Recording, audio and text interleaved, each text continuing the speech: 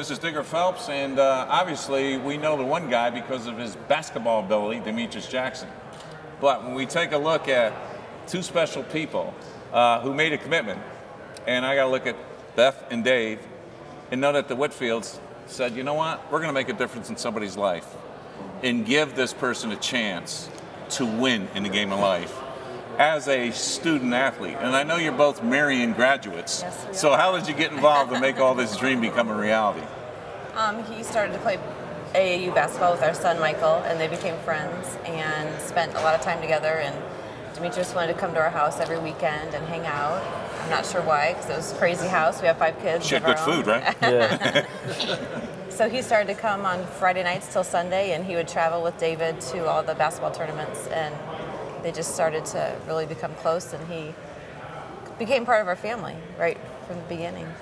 I just look at that, and I got to say, when I see it, David, it takes a special family to step up and step out to make this happen. But this, as we look around the world today, this is an issue for a lot of young people who just want that chance. And you guys made that decision.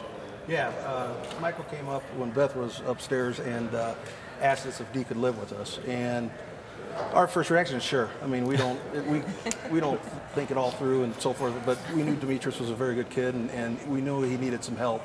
And so we said sure, and it was pretty that simple. Well, I'm really proud of what you've done. But the only thing that disappoints me is, since my kids went to St. Joe, and they both went to Marian, you end up at Marian. Yeah. Yep. All right. You know when you go to Marian, you're going there for one reason, student athlete. Mm-hmm. And that led you going from Marian, in the great year you had with those kids over there, to end up at Notre Dame, which again is about the student athlete. That transition from high school to college.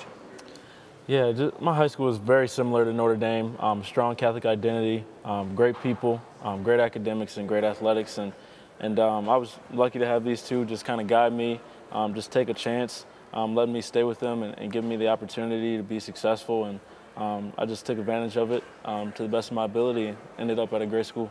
What do you think was the crossroads in your life when you can look back as a young kid growing up and saying, I can make this choice or I can make that choice?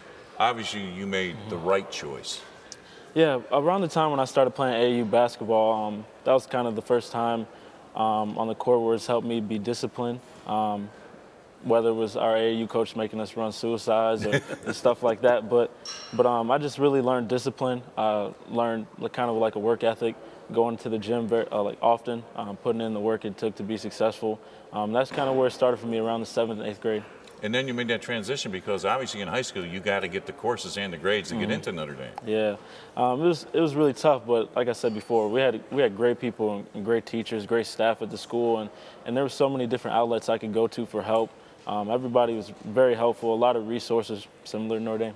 Well, all of a sudden you guys are all back, and we see 2 senior leaders.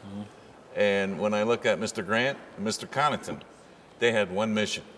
We're going to win. And here you are as a sophomore, and I call you the 3 amigos on the perimeter. I mean, Jackson, Connaughton, and Grant.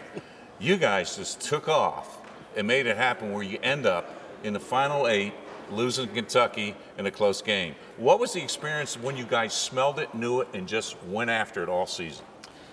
It was just so much fun. It's so amazing to be a part of that group. To do the things we did, to work as hard as we did, and just kind of have each other's backs. It was just really special to be a part of because, as you know, I'm a big family guy.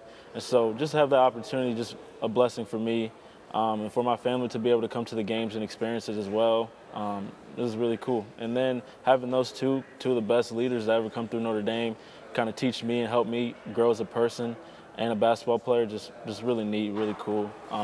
It's awesome. Well, now it's your turn. You're a junior, and you remember what Mr. Grant did, especially in that Louisville game when he scored 12 straight points to put it into the first of 5 overtimes. Louisville goes on to win a national title that year after they lost to Notre Dame. But you know what happened when you guys knocked off Duke in the ACC semifinals this year in the conference tournament? They go on to win a national championship, but you've got a great nucleus coming back next year. But it's your turn because I know Mr. Grant and I know Mr. Connaughton have passed you the torch to be the leader. Yep. What's it going to be the challenge to make this happen?